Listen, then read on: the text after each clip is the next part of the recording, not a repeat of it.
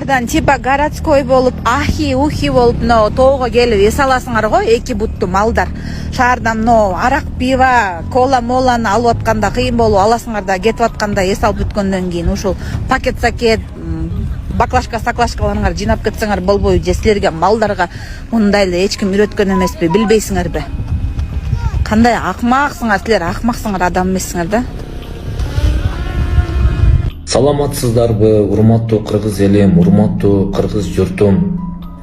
Мен 2025-жылдын 26-май күнү Каракулжа районунда катталган каргышалуу окуя боюнча айтайын деген оюмда жок болчу. Окуяны толук кандуу териштирбей, биздин каада салтка туура келбеген сөздөрдү эмоцияга алдырып айтып алдым. Негизинен мен жалпы 10 жылдык, 20 жылдыктар боюнча айттым эле. Элдердин мындай дүрбөлөңгө түшүп кетүүсүнө шарт түзгөнүмө маркум эжебиздин бир туугандарынан жана кыргыз элимен кечирим сурайм.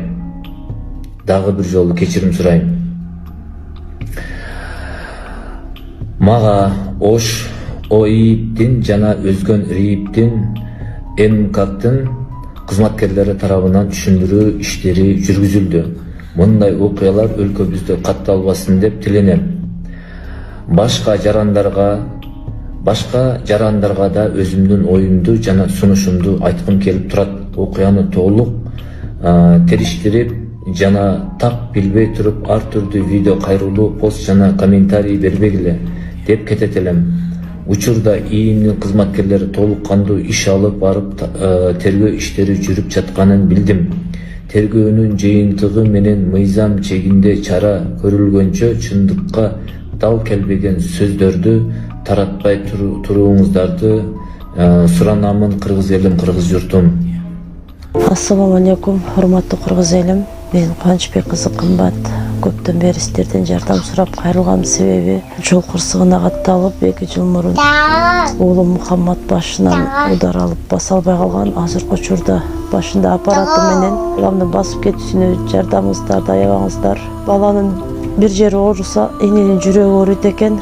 5-10 сом болсо да жардамыңыздарды аябаңыздар. Биз үчүн өтө чоң жардам. Буттун катарында балам ойноп күлүп басып кетүүсүн каалаймын. Баламдын басып кетүүсүнө себепкер болуңуздар. Урматтуу мусулман кыргыз элим, азыркы учурда бизге $2000 акча каражаты керектелүүдө. Балам азыр башында аппараты менен жатат, баса албай. Жардамыңыздарды аябаңыздар. Аллах таалам сиздерден ыраазы болсун. Биздин реквизит номерлер бардыгы өзүмө караштуу. Мбанк Кымбат К деп чыгат, 3197. Единица кылып салам дегендерге о деньги бар. Россия өлкөсүнөн которум дегендерге Сбербанк 0600 Самаган деп чыгат. Өзүмдүн иним азыркы учурда Россия өлкөсүндө стройкада иштеп жүрөт. Баарыңыздардан Аллах таалам ыраазы болсун. Адамдарга рахмат. Ошол мен өзүм мыйзамды урматтап, мыйзамдын чегинде жашаган Кыргызстандын жаранымын. Мен зордук зомбулукка каршымын.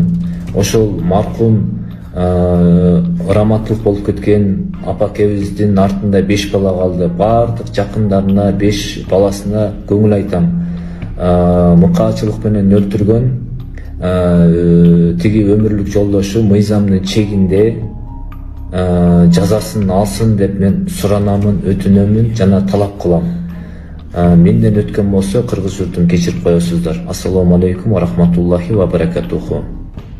Мынчалык төмөн түшпөгүлө. Алмазбек Атамбаев бийликтин айыптоолоруна жооп берди.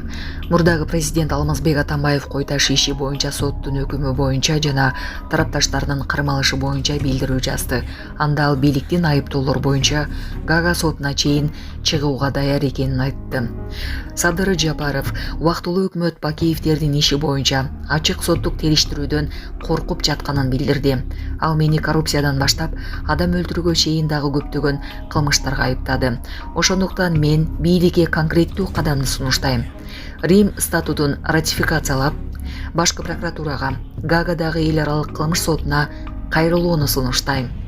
Мен анын алдына жеке өзүм чыгып, мага коюлган бардык айыптар боюнча жооп берүүгө даярмын. Гага мени күнөөлүү деп тапса, анда мен темир тор артында каалаган мөөнөттү өтөөгө даярмын. Мен өлкө жетекчилигине кайрылам. Мынчалык төмөн түшпөгүлө, кой таш иши боюнча жана башка жасалма кылмыш иштер боюнча камалгандарды бошоткула деген Атамбаев. Лос-Анджелесте наразычылык акциясы уланып, Трамп улуттук гвардиянын аскерлерин чыгарды. Лос-Анджелесте 6-7 июнь күнүрү федералдык агенттер мыйзамсыз иммигранттарды издөө боюнча рейд жүргүзгөндө наразычылык акциялары башталды. Бул тууралуу The New York Times жазды. Рейдер Трамптын администрациясынын иммиграциялык репрессияларынын жаңы этабынын бир бөлүгү болуп калды.